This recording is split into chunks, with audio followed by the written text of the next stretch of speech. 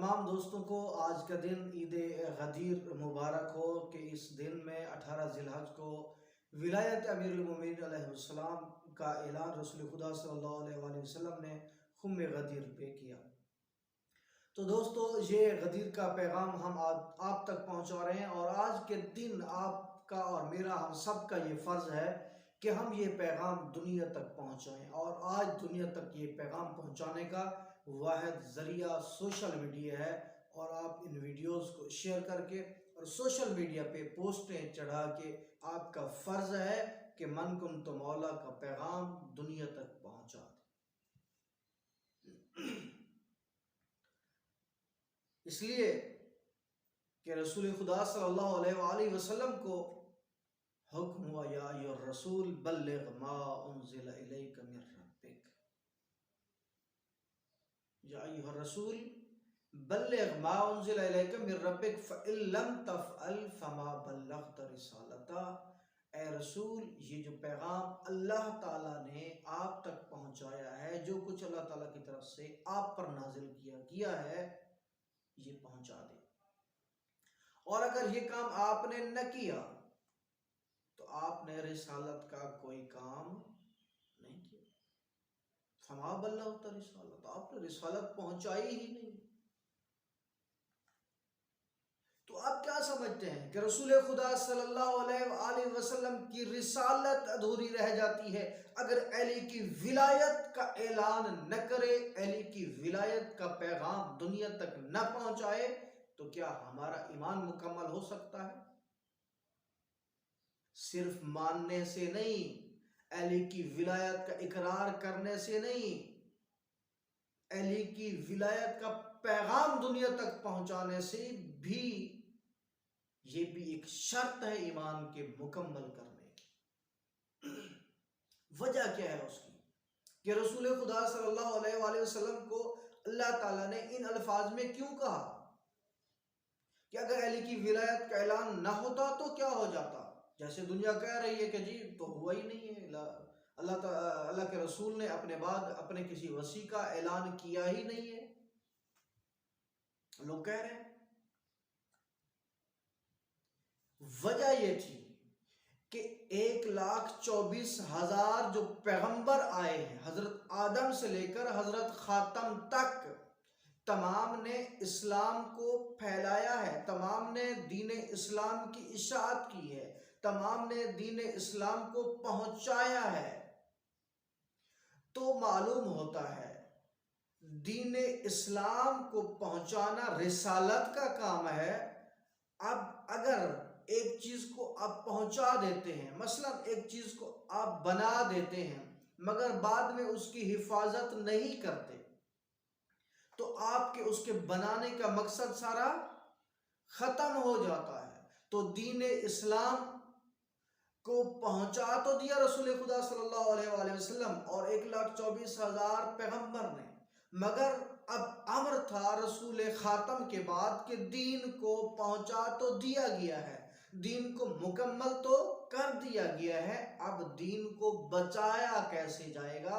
ताहम हमें मालूम होता है कि रिसालत दीन को पहुंचाने की ज़ामिन है और इमामत दीन को बचाने की ज़ामिन है, दीन की बका की ज़ामिन है इमामत। और उसकी मिसाल अली अलैहिस्सलाम ने सजदे में, हसन अलैहिस्सलाम और दीगर आइम्मा ने उस जहर के ज़रिए जो दुश्मनों ने आइम्मा को दी, और जनाब इमाम हुसैन अलैहिस्सलाम ने करबला में अपना सर कटा के ये साबित कर दिया कि दीन की बका इमामत के ज़िम्मे है, दीन की बका की ज़ामिन इमामत है।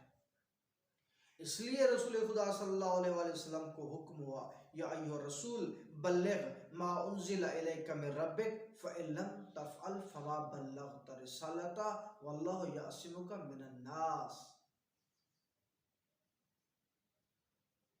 अल्लाह बचाएगा लोगों से, लोगों के शर से अल्लाह आपको महफूज रखेगा, क्योंकि ये इस अम्र की निशानदेही खुद खुदा ने की है कि जो भी विलायत का ऐलान करेगा उसको लोगों के शर का खतरा है।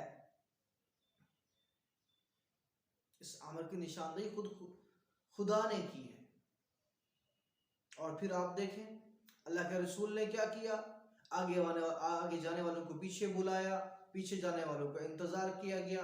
खुमे गदीर पे जब पहुंचे तो सबको जमा करके वहां से जो घास फूस थी, छोटी मोटी झाड़ियां थी, उनको हटाकर, इसलिए कि मंजर को साफ किया जाए, मंजर बिल्कुल साफ करके, पलान, खास पलान थे, पलान इकट्ठे किए गए, खास पलान थे ताकि कोई जाने न पाए।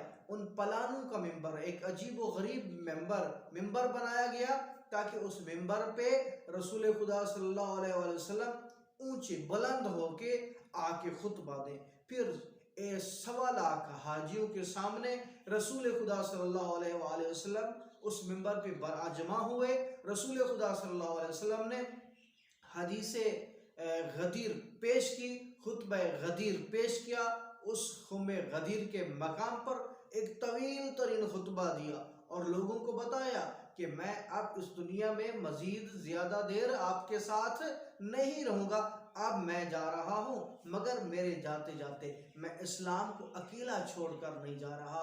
आप पूरी उम्मत, अब देखिए ना हालात क्या होते हैं। अब एक मुल्क की बात करें, एक किसी भी इंस्टीट्यूशन की बात करें, अगर कोई एक हेड ऑफ द इंस्टीट्यूशन छुट्टी पे जाता है तो कोई अपना नैब बना के जाता है, और अगर एक मुल्क का वजीर आजम जाता है तो कायम मकाम किसी न किसी को बना के जाता है। मगर मुझे इन मुसलमानों के अक्ल के अंधों की ये बात समझ नहीं आती कि रसूल आजम इस दुनिया से जा रहे हैं और दीन इस्लाम और उम्मत मोहम्मदी को अकेला छोड़ के जा रहे हैं। जी अपना फैसला खुद कर लेना। क्या ऐसा मुमकिन है?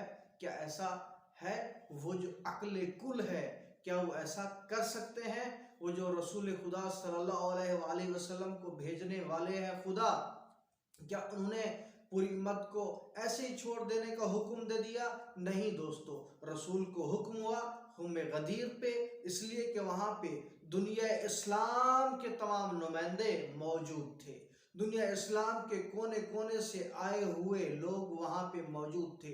उनके सामने ऐलान विलायत करने का हुक्म हुआ तो अल्लाह के रसूल ने तमाम को इकट्ठा करके एक तवील तरीन खुतबा दिया और कहा कि लोगों देखो, रसूल खुदा सल्लल्लाहु अलैहि वसल्लम ने उस पलानों के मेंबर पे अपने भाई अली को बुलाया, अपने साथ खड़ा किया, अली का हाथ पकड़ा और ऊंचा खड़ा किया।